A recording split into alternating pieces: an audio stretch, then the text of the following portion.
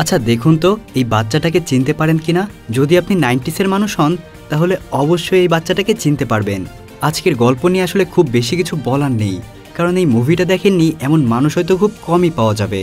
এই babies day out নামের মুভিটার সাথে জড়িয়ে আছে আমাদের অনেক অনেক স্মৃতি। ছোটবেলায় এই বাচ্চাটার হাস্যকর সব কাজ কারবার দেখে হাসতে হাসতে পেটে খিল লেগে যেত আমাদের সবারই। তো চলুন আজকে এই মুভির এক্সপ্লেনেশনের মাধ্যমে ছোটবেলার স্মৃতিটাকে একটু মনে করা যাক। গল্পটা আমেরিকার শিকাগো শহরের এক বিখ্যাত ধনী পরিবারের, আর এই পরিবারেই রয়েছে আমাদের সবার আদরের এই ছোট্ট বাচ্চাটা। আদর করে তার বাবা মা তাকে বিঙ্ক নামে ডাকে। তাকে দেখার জন্য তার বাবা মা গিলবার্টিন নামেই এই মহিলাকে রেখেছে। বিঙ্ক কিন্তু সবসময় অ্যাডভেঞ্চার অফ বেবি বো নামের একটা ছোট্ট গল্পের বই পড়তে পছন্দ করে। গিলবার্টিন সবসময় তাকে এই বইটা পড়ে শোনাতো। বইটা প্রতিদিন শুনতে শুনতেই তার প্রায় 100 বারের উপরে এই বইটার গল্প শোনা হয়েছে।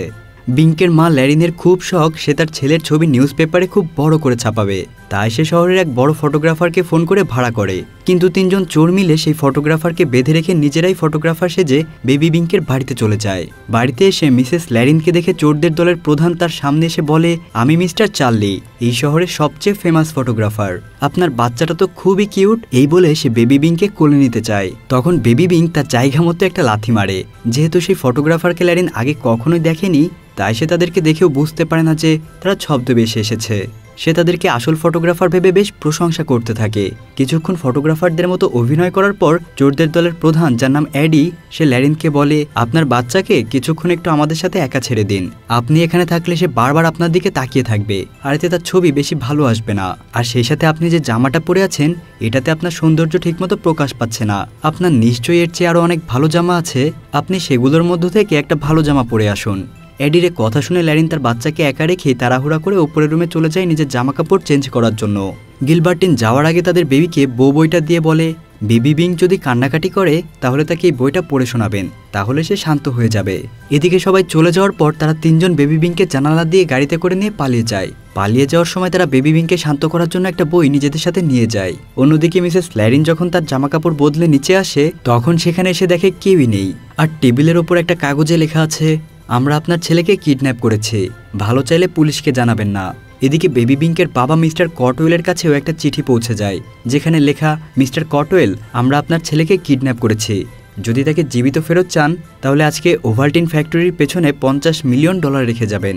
ওদিকে চোরদের দলের প্রধান এডি আর তার 2 সাগরেদ ভিকো ও নরবি জঙ্গলের কাছে গিয়ে নিজেদের জামাকাপড়, নকল দাড়ি, চুল এবং তাদের গাড়িটাও বদলে ফেলে। তারপর বেবি বিঙ্ককে তাদের বাসায় নিয়ে যায়।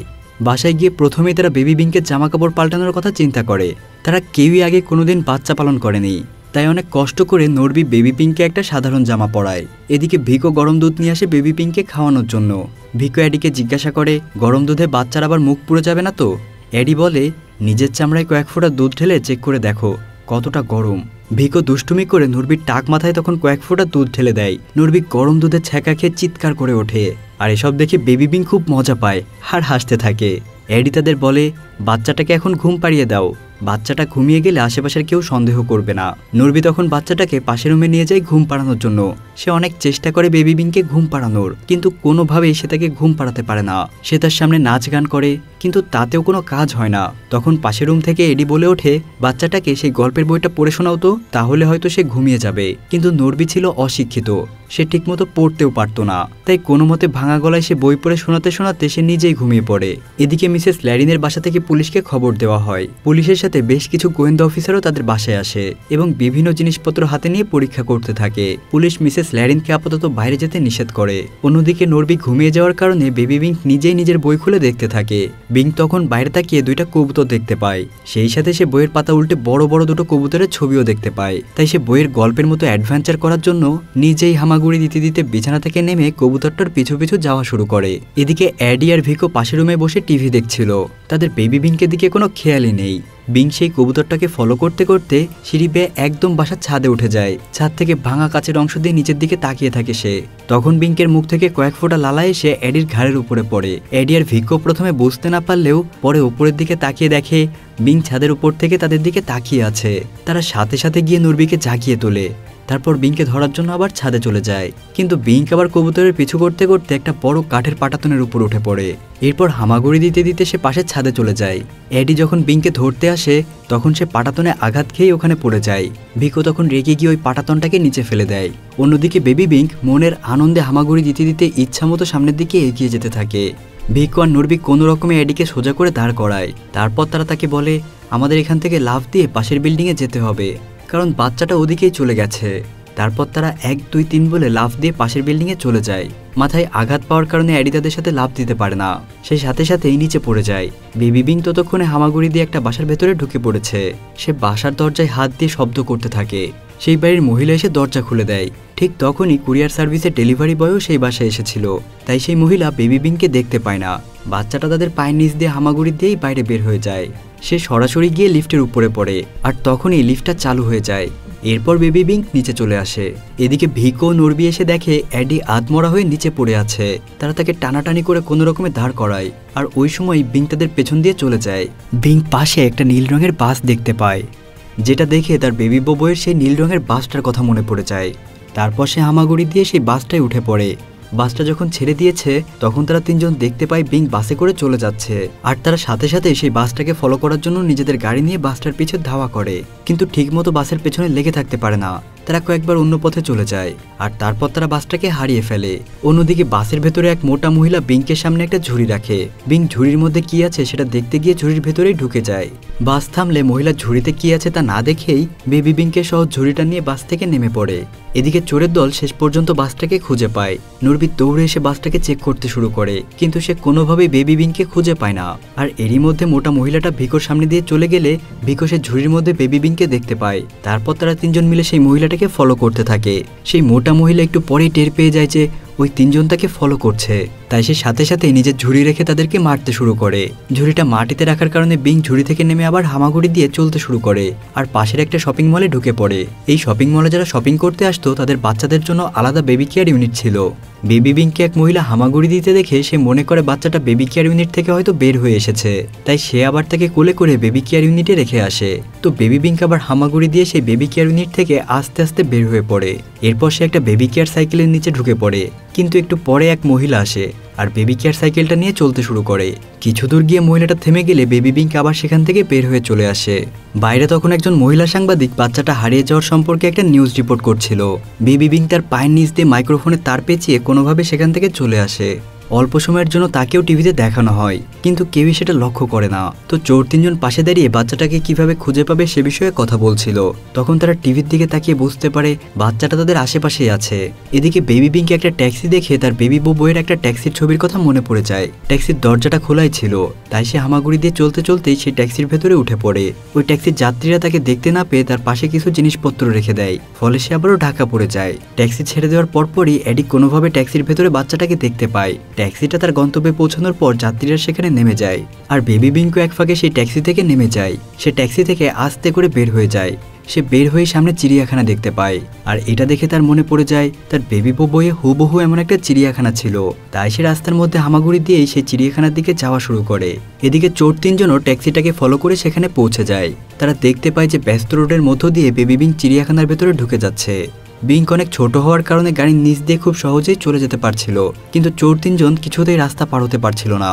তাদের রাস্তা পার হতে অনেক সময় লেগে যায়। ততক্ষণে বেবি বিংক চিড়িয়াখানার ভেতরে ঢুকে যায়। তারা তিনজন যখন চিড়িয়াখানার ভেতরে আসে তখন তারা দেখতে পায় বেবি বিংকে একটা গরিলার খাঁচার ভেতরে ঢুকে গরিলার সাথে বসে আছে, আর গরিলাটাও বেবি বিংকে খুব আপন করে নিচ্ছে। তারা তিনজন বাচ্চাটাকে সেখান থেকে বের করার অনেক প্ল্যান করে। প্রথমেই ভিকো খাঁচার ভেতরে হাত ঢুকিয়ে বিংকে জুতার ফিতা ধরে টানতে টানতে বাইরের দিকে নিয়ে আসতে চায়, কিন্তু গরিলা সেটা দেখে ফেলে।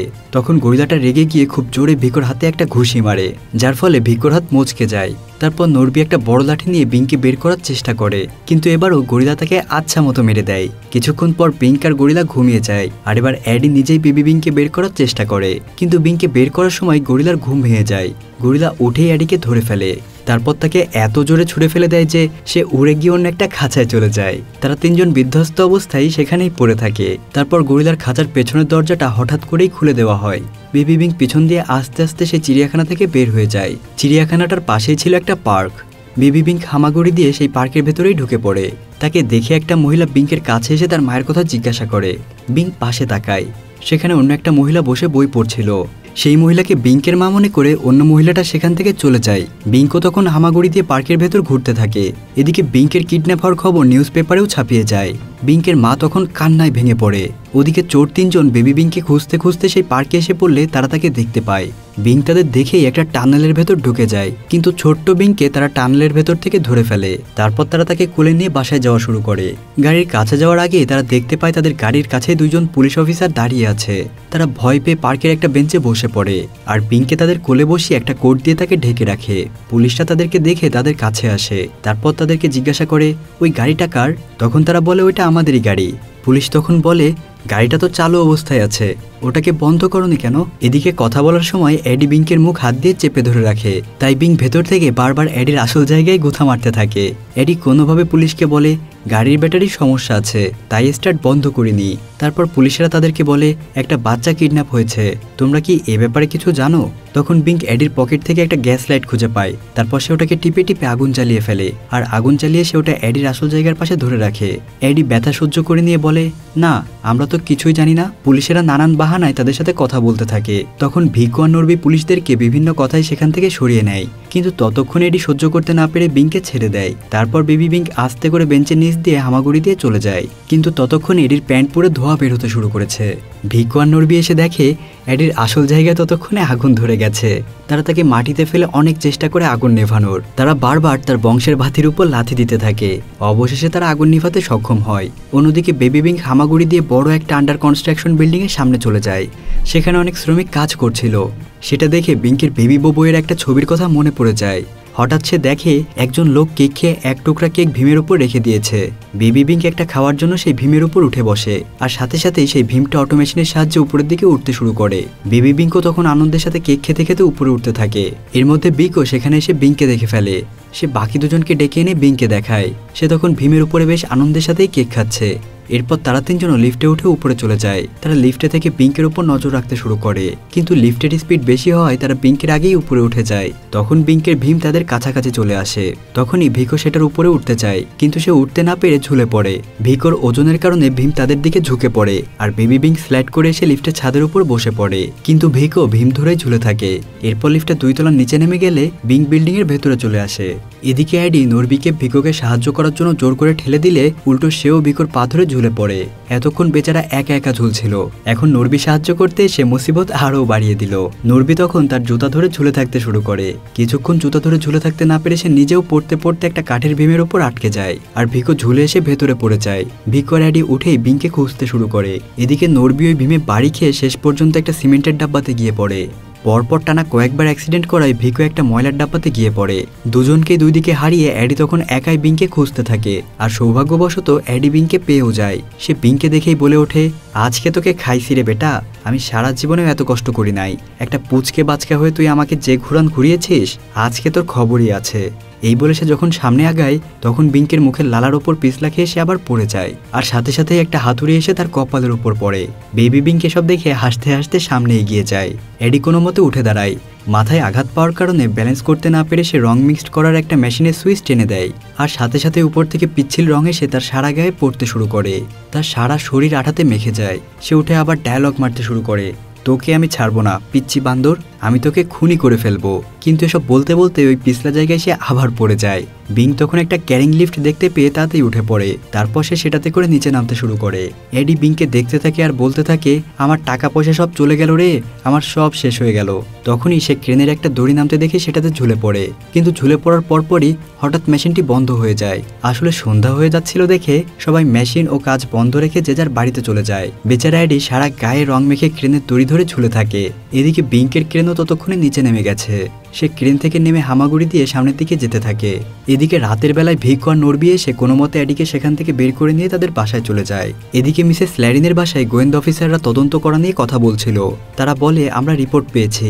অনেকেই বলেছে একটা ছোট্ট বাচ্চাকে প্রথমে পাশে দেখা গিয়েছে, এরপর একটা চিড়িয়াখানায় দেখা গিয়েছে আর তারপর তাকে একটা পার্কে দেখা যায়। পাশেই বসে থাকা গিলবার্টিন তখন বলে ওঠে শেষটা কি কনস্ট্রাকশন বিল্ডিং? অফিসার অবাক হয়ে বলে হ্যাঁ। গিলবার্ট বলে এটা তো বিঙ্কের সবচেয়ে প্রিয় বইয়ের গল্পটার মতো, গল্প একদম হুবহু এমনই ছিল। সেই অনুযায়ী এরপর সে নিশ্চয়ই রিটায়ার্ড আর্মি অফিসারদের কাছে যাবে। সাথে সাথেই অফিসাররা তাদেরকে নিয়ে রিটায়ার্ড আর্মি অফিসারদের থাকার জায়গার দিকে রওনা হয়। এদিকে বেবি বিং সত্যি সত্যি আর্মি অফিসারদের হাউজে পৌঁছে যায়। বুড়া হয়ে যাওয়ায় রিটায়ার্ড আর্মি অফিসাররা তাকে দেখে অনেক খুশি হয়। তারা টিভিতে বিংকে কিডন্যাপ হয়ে যাওয়ার কথা জানতো। তারা বিংকে সবার মাঝখানে রেখে গান গেয়ে শোনাতে থাকে। আর কিছুক্ষণের মধ্যে সেখানে বিংকের বাবা মাও চলে আসে। তার মা তাকে দেখা মাত্র কোলে তুলে নেয়। সবাইকে ধন্যবাদ দিয়ে তারা বাড়ির উদ্দেশ্যে রওনা হয়। তো গাড়িতে যাওয়ার সময় বেবি বিংকে একটা বড় বিল্ডিং এর দিকে ইশারা করে বারবার বলতে থাকে বু বু। তখন তার মা মিস ল্যারিন বুঝে যায় বিংকের বইটা ওই বিল্ডিংয়েই ফেলে এসেছে। তার মানে সে ওই বিল্ডিংয়েই ছিল। পুলিশ অফিসাররা তাড়াতাড়ি গিয়ে তাদের গাড়ি ঘুরিয়ে ওই বিল্ডিংয়ের কাছে যায়। আর সেই বিল্ডিং পুলিশ চারিদিক থেকে ঘিরে ফেলে। এদিকে সেই তিনজন চোর তখন ওই বিল্ডিংয়ের ভেতরে ছিল। হঠাৎ বু বু শব্দ শুনে অ্যাডি সামনে এসে সেই বইটা দেখতে পায়। সে বলে বিংক হয়তো সেই বইটা ফেরত নিতে চলে এসেছে। এই ধারণা করে তারা জানালার সামনে যায়। আর সাথে সাথেই তারা পুলিশের গাড়ি দেখতে পায়। পুলিশ তাদেরকে বলে তোমাদেরকে ঘিরে ফেলা হয়েছে, বাচ্চার বইটাকে নিচে ফেলে দাও আর আত্মসমর্পণ করো। তারা কষ্টে আর অভিমানে বইটা ছুঁড়ে ফেলে দিয়ে আত্মসমর্পণ করে। বেবি বিংকের বাবা মা বিংকে নিয়ে বাসায় চলে আসে। তারা বিংকে ঘুম পাড়িয়ে তাদের নিজেদের রুমে চলে যায়। কিন্তু বিংক একটু পরেই আবার উঠে যায়। তারপর সে আরেকটা বই হাতে নেয়, যার নাম বেবি বইয়ের চীন অ্যাডভেঞ্চার, মানে মুভিটার দ্বিতীয় পার্ট আসবে। তবে আজ প্রায় 30 বছর পার হয়ে গেলেও সেই দ্বিতীয় পার্টটি এখনো আসেনি। তাছাড়া এই বাচ্চাটাও কিন্তু এখন বুড়ো হয়ে গিয়েছে। তো ভালো থাকবেন সবাই, আল্লাহ হাফেজ।